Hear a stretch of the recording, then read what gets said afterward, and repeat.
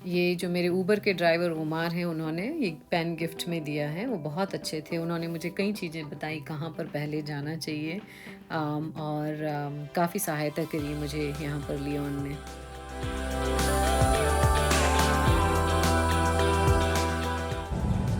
उमर, से hello. Thank you. Bonjour. Good morning. Good morning. Bonjour.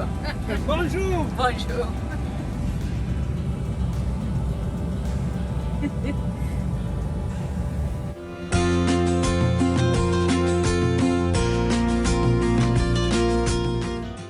तो आज दूसरे दिन की सुबह हो गई है यहाँ पर लियोन में, और मैं पहली चीज़ जो देखने जा रही हूँ वो है थिएटर ऑफ फोरवियर, और मैंने ऊबर कर ली है।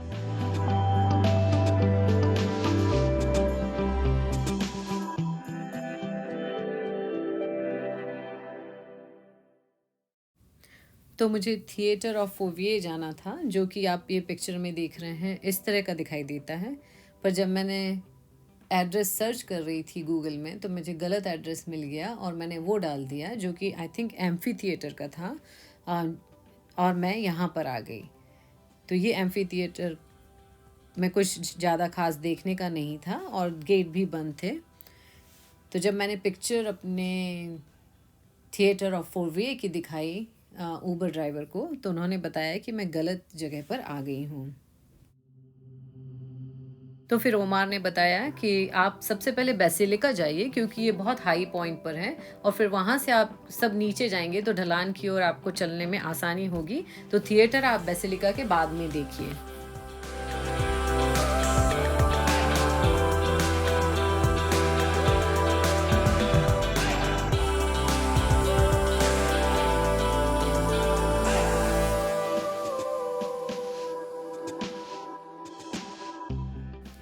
ये जो मेरे ऊबर के ड्राइवर उमार हैं, उन्होंने एक पेन गिफ्ट में दिया है। वो बहुत अच्छे थे। उन्होंने मुझे कई चीज़ें बताई कहाँ पर पहले जाना चाहिए, और काफ़ी सहायता करी मुझे यहाँ पर लियोन में। उमर, से hello. Thank you. Bonjour. Good morning. Good morning. Bonjour. Bonjour. Bonjour.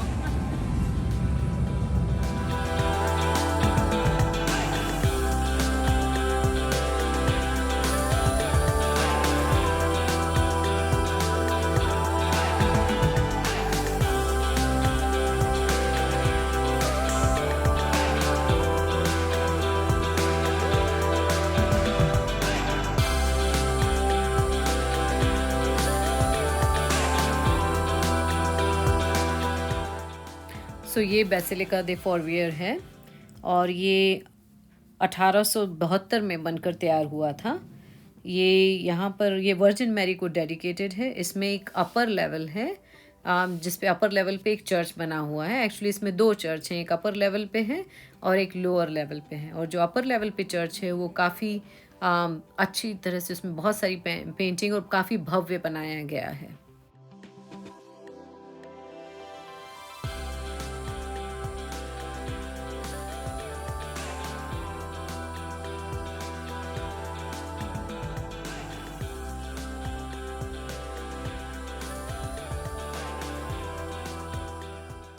सो ये जो अपर लेवल का चर्च है, यहाँ पर एक्चुअली 6 ग्लास्ड विंडोज़ हैं, और जो मटेरियल जो पूरे बिल्डिंग में यूज़ किया गया है वो वाइट मार्बल है करेरा से, और पिंक ग्रेनाइट है जो नॉर्थ ऑफ इटली से लाया गया है।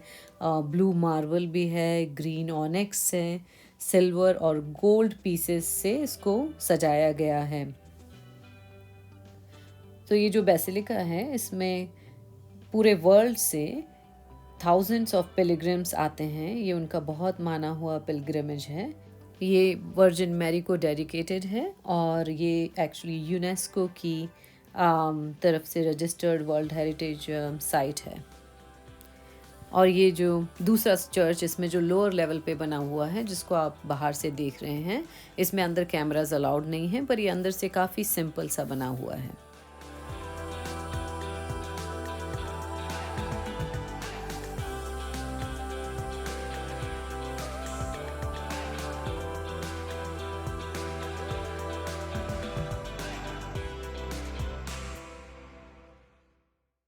सो ये बेसिलिका काफ़ी ऊंचाई पर बना हुआ है, तो यहाँ से आप पूरा लियोन शहर देख सकते हैं जो कि बहुत ही सुंदर दिखाई देता है।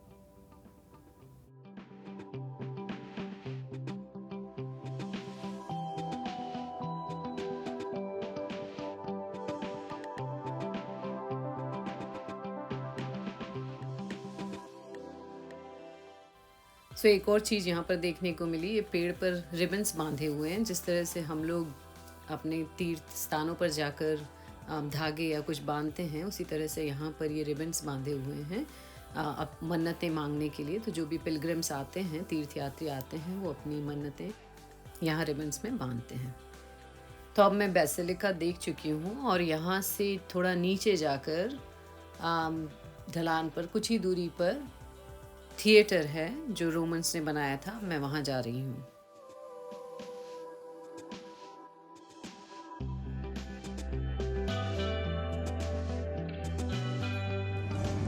तो देखिए मैं ये थिएटर में पहुँच गई हूँ और आप पीछे जो सुन रहे हैं बैकग्राउंड में म्यूज़िक, वहाँ पर लोग, वहाँ ये जो सेंटर स्टेज दिख रहा है, वहाँ पर लोग अभी भी आकर परफॉर्म करते हैं।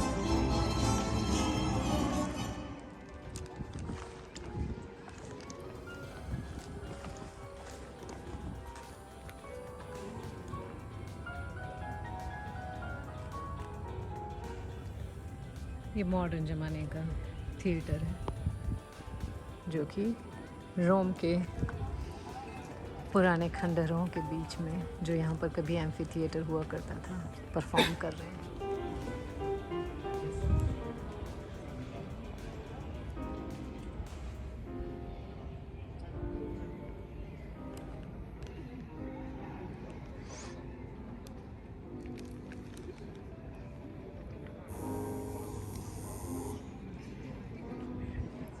सो ये जो थिएटर है, इसको फ्रेंच में थिएटर एंटीके दे लियोन बोलते हैं। ये एंशियंट थिएटर ऑफ फोरवियर है जो कि फोरवियर हिल्स पर बना हुआ है और ये यूनेस्को की वर्ल्ड हेरिटेज साइट है। ये थिएटर जो एक्चुअली 2 स्टेप्स में 1500 BC before Christ, 15 before Christ पर बना हुआ है और 2 चरणों में बना था ये। और देखिए आप इसमें 10,000 लोग बैठ सकते हैं। तो देखिए उस ज़माने में कितनी सारी यहाँ पर ये सीट्स बनाई गई थी जहाँ पर 10,000 से करीब, और ये आप सेंटर स्टेज देख रहे हैं, वहाँ पर परफॉर्म होता था। यहाँ पर अभी भी लोग आकर परफॉर्म करते हैं। तो बहुत ही सरियल एक्सपीरियंस था। उस ज़माने में रोमन्स इतना करते थे और उनको एंटरटेनमेंट का कितना शौक़ था, तो यहाँ पर आकर ये देखना बहुत अच्छा लगा।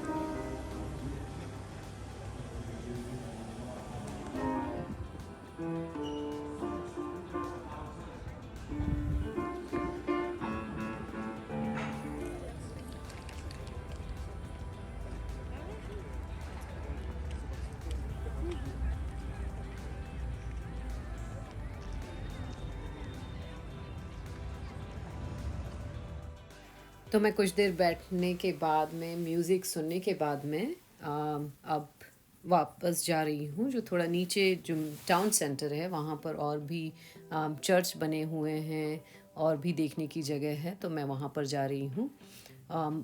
यहाँ पर जिस गलियों से चलना ही बहुत सुंदर लगता है। चारों तरफ से एक तो कॉबल स्टोन के बने रहते हैं कई जगह तो रोड्स, और ये बिल्कुल ढलान पर है। अब मैं वो एक तरह से बहुत अच्छा था, ओमार ने जो मुझे बताया था कि आप सबसे पहले बेसिलिका देखिए, तो मैंने वो देखा और फिर उसके बाद में वो ज़्यादा आसान रहा मेरे, इंस्टेड ऑफ चढ़ाई पर जाना और पूरा ऊपर जाना, ये ज़्यादा आसान रहा जिसमें मैं पूरे ढलान पर नीचे की तरफ जा रही हूँ। तो मैंने ऊपर से देखना शुरू किया और अब नीचे की ओर जा रही हूँ। तो छोटी छोटी सी गलियाँ बनी हैं, उन गलियों में भी आप देखिए उन्होंने कार भी पार्क करी है, चलते भी हैं लोग और ड्राइव भी करते हैं। तो काफ़ी चैलेंजिंग होगा उन लोगों के लिए जो यहाँ पर ड्राइव करते हैं, क्योंकि ढलान बहुत ज़्यादा है।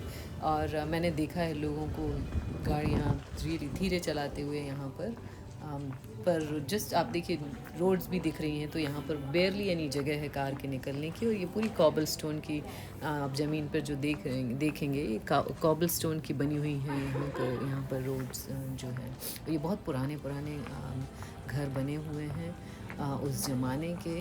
आज अब थोड़े जर्जर हो रहे हैं, पर उनको वाकई में देखना बहुत अच्छा लगा यहाँ।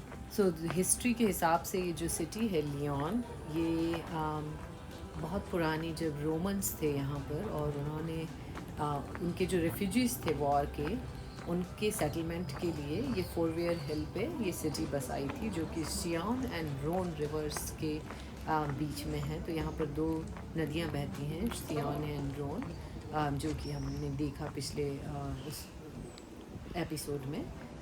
और यहाँ पर सिल्क का काफ़ी काम होता है। और सिल्क के साथ साथ ये लियोन फेमस है यहाँ की कुजीन के लिए भी। तो यहाँ पर जो खाने का है, जो आप लोगों ने पिछले वाले एपिसोड में देखा, तो यहाँ का कुजीन काफ़ी माना जाता है और उसके लिए भी लियोन शहर फेमस है। सो रेनेसांस के ज़माने में जो सिटी का डेवलपमेंट है वो वाकई में सिल्क ट्रेड के कारण काफ़ी बड़ा, और जिससे इन लियोन की जो कनेक्शंस हैं, जो टाइज़ हैं, वो इटली के साथ में काफ़ी बड़ी है। और आप कहीं कहीं पर यहाँ की बिल्डिंग्स में आप इटालियन इन्फ्लुएंस भी देखते हैं, जो कि दिखाई देता है हिस्टोरिकल बिल्डिंग्स में आर्किटेक्चर जो देखते हैं। और लेटी अराउंड 1400, 1400 और 1500 शताब्दी में लियोन एक और चीज़ के लिए फ़ेमस था, जो कि बुक पब्लिशिंग। सो यहाँ पर कई बड़े बड़े राइटर्स थे जिन्होंने अपनी बुक्स यहाँ से पब्लिश की। तो उसके लिए भी ये काफ़ी माना जाता था 1500 से 1400 से 1500 शताब्दी के बीच में।